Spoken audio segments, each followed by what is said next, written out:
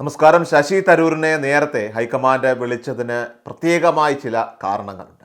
അതിൽ അദ്ദേഹത്തിൻ്റെ ഒരു ആർട്ടിക്കിൾ, അത് ഇന്ത്യൻ എക്സ്പ്രസ് പേപ്പറുമായി ബന്ധപ്പെട്ട കാര്യത്തിന് മാത്രമല്ല, മറിച്ച് ദേശീയ നേതൃത്വത്തിൻ്റെ ഭാഗമായി അദ്ദേഹം സജീവമാകേണ്ടതിൻ്റെ അനിവാര്യത അതുകൂടി ഉയർത്തിക്കാട്ടുന്ന തരത്തിലായിരുന്നു. കാരണം കോൺഗ്രസിന് മുകളിൽ ഉരുണ്ടുകൂടിയ ശശി തരൂർ എന്ന ആ വിശ്വപൗരനെ അത്ര നിസാരക്കാരനായിട്ട് തള്ളിക്കളയാനായിട്ട് കോൺഗ്രസ് പാർട്ടിക്ക് ആകില്ല. എന്നാലും പൊടുന്നനെ ഉണ്ടായ ഈ ഒരു രാഷ്ട്രീയ ചാഞ്ചാട്ടം, അത് കോൺഗ്രസിൻ്റെ, അതും കേരളത്തിലെ തോൽവി മുന്നിൽ കണ്ടുകൊണ്ടാണോ എന്ന് സംശയിക്കേണ്ടിയിരിക്കുന്നു. ഇനി അതോ വലിയൊരു ഓഫർ അത് കിട്ടിയത് കൊണ്ടാണോ എന്ന് ചിന്തിച്ചാലും തെറ്റില്ല. തരൂർ വേഴ്സസ് കോൺഗ്രസ് എന്ന രാഷ്ട്രീയ അംഗത്തിൽ ഒരു അന്തിമ തീരുമാനത്തിൽ ഇപ്പോൾ എത്തിയിരിക്കുകയാണ് ദേശീയ നേതൃത്വം. അതായത് ആ വശം ഇനി മൈൻഡ് ചെയ്യേണ്ട എന്നതാണ് തീരുമാനം.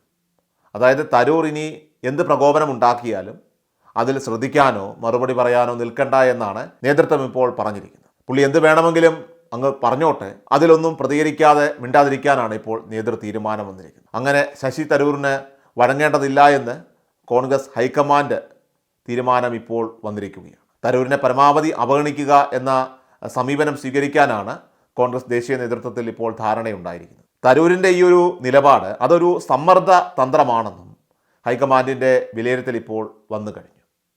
ശശി തരൂരിൻ്റെ പരസ്യ നിലപാടിൽ ഇപ്പോൾ കടുത്ത അമർഷത്തിലാണ് ഇരു വിഭാഗം നേതാക്കളും. തരൂർ പാർട്ടിയെ വെല്ലുവിളിക്കുന്നതായിട്ടാണ് ഇവർ ചൂണ്ടിക്കാട്ടുന്നത്. ശശി തരൂർ പ്രധാനമന്ത്രി നരേന്ദ്രമോദിയെ പ്രകീർത്തിച്ചത് അത് പൊറുക്കാനാകില്ല എന്നാണ് ഇവരുടെ നിലപാട്. കേരളത്തിലും തരൂർ പാർട്ടിയെ വെട്ടിലാക്കിയെന്നാണ് ഹൈക്കമാൻഡിൻ്റെ വിലയിരുത്തൽ. എതിരാളികൾക്ക് തരൂർ രാഷ്ട്രീയ ആയുധം നൽകിയെന്നും ഹൈക്കമാൻഡ് ഇതിലൂടെ കണക്കാക്കുന്നു.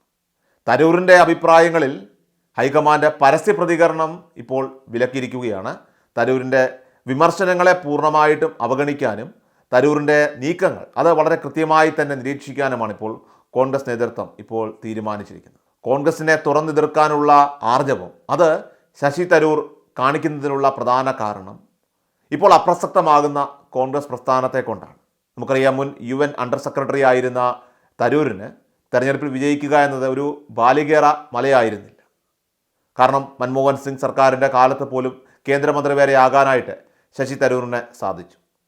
അതേ തരൂർ ഇപ്പോൾ ഇടം തിരിഞ്ഞു നിൽക്കുന്ന ഒരു സമീപനം സ്വീകരിക്കുന്നത്, ആ സമീപനം സ്വീകരിക്കുന്നത് എന്തിനാണെന്നത് ഇപ്പോൾ കോൺഗ്രസിനെ ആകെ വെട്ടിലാക്കുകയാണ്. കാരണം നേരത്തെ കോൺഗ്രസിൻ്റെ ദേശീയ പ്രസിഡന്റ് തെരഞ്ഞെടുപ്പിൽ മത്സരിച്ചപ്പോഴാകട്ടെ നെഹ്റു കുടുംബത്തിൻ്റെ നോട്ടപ്പുള്ളിയായി മാറിയിരുന്നു തരൂർ. തനിക്ക് അർഹമായിട്ടുള്ള സ്ഥാനങ്ങളൊന്നും ലഭിക്കുന്നില്ല എന്ന ഒരു പരാതി തരൂർ നേരത്തെ തന്നെ കോൺഗ്രസിൽ ഉന്നയിച്ചതാണ്. എന്നാൽ കോൺഗ്രസ് അധികാരത്തിൽ നിന്ന് പുറത്താക്കപ്പെട്ടത് തൻ്റെ സ്ഥാനമോഹങ്ങളെ ബാധിക്കുമോ എന്ന ചിന്തയും തരൂരിനെ ഇപ്പോൾ വല്ലാതെ അലട്ടുകയാണ്. ഇതൊക്കെ കൊണ്ടാണ് തരൂർ ഇപ്പോൾ ഇടം തിരിയുന്നത്. ഇതാണ് രാഷ്ട്രീയ നിരീക്ഷകരെല്ലാം തന്നെ വിലയിരുത്തുന്നത്. ഏതായാലും തരൂർ കോരിയിട്ടിരിക്കുന്ന ഈ കനലുകൾ അത് കോൺഗ്രസിൽ നന്നായി ഇപ്പോൾ പുകഞ്ഞു തുടങ്ങിയിരിക്കുകയാണ്. നേരത്തെ അമേരിക്കൻ സന്ദർശനത്തിനിടെ മോദിയെ പുകഴ്ത്തി പാടിയ ട്രംപിൻ്റെ വാക്കുകളും അതോടൊപ്പം തന്നെ അന്താരാഷ്ട്ര മാധ്യമങ്ങളിൽ വലിയ വാർത്തയായി തന്നെ മാറിയിരുന്നു. ഇതിന് പിന്നാലെയായിരുന്നു മോദിയെ പിന്തുണച്ചും പ്രശംസിച്ചുകൊണ്ട് തരൂർ രംഗത്ത് വന്നത്. അമേരിക്കയിൽ വലിയ പരിഷ്കാരങ്ങൾ നടക്കുന്നതിനിടെ മോദിയുടെ സന്ദർശനം യാതൊരു ഗുണവും ഉണ്ടാക്കില്ല എന്നായിരുന്നു കോൺഗ്രസും പ്രതിപക്ഷവും രാജ്യത്തെ വിമർശനം ഉന്നയിച്ചിരുന്നത്. എന്നാൽ അവിടെ പിണറായിയെയും സപ്പോർട്ട് ചെയ്തുകൊണ്ട് എല്ലാവരെയും ആകെ കൺഫ്യൂഷനിലാക്കി തരൂർ.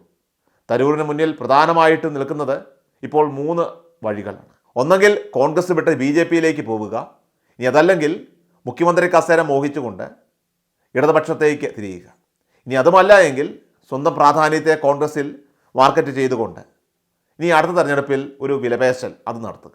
സ്വാഭാവികമായിട്ടും അടുത്ത മുഖ്യമന്ത്രി ആര് എന്ന ഒരു പ്രധാന ചോദ്യത്തിൽ ഇപ്പോൾ സതീശനും ചെന്നിത്തലയും ഒക്കെ തന്നെ കടിപിടി കൂടുന്ന കോൺഗ്രസിനുള്ളിലേക്ക് തരൂർ കൂടി വന്ന് അവിടെ ഒരു ചെക്ക് വെച്ചാൽ ഒരുപക്ഷെ സ്വീകരിക്കാനുള്ള ഒരു സാധ്യത അത് നമുക്ക് കാണാനുണ്ട്. ഇത് ഈ നീക്കങ്ങളിലൂടെ എല്ലാം തന്നെ ഇപ്പോൾ വ്യക്തവുമാണ്.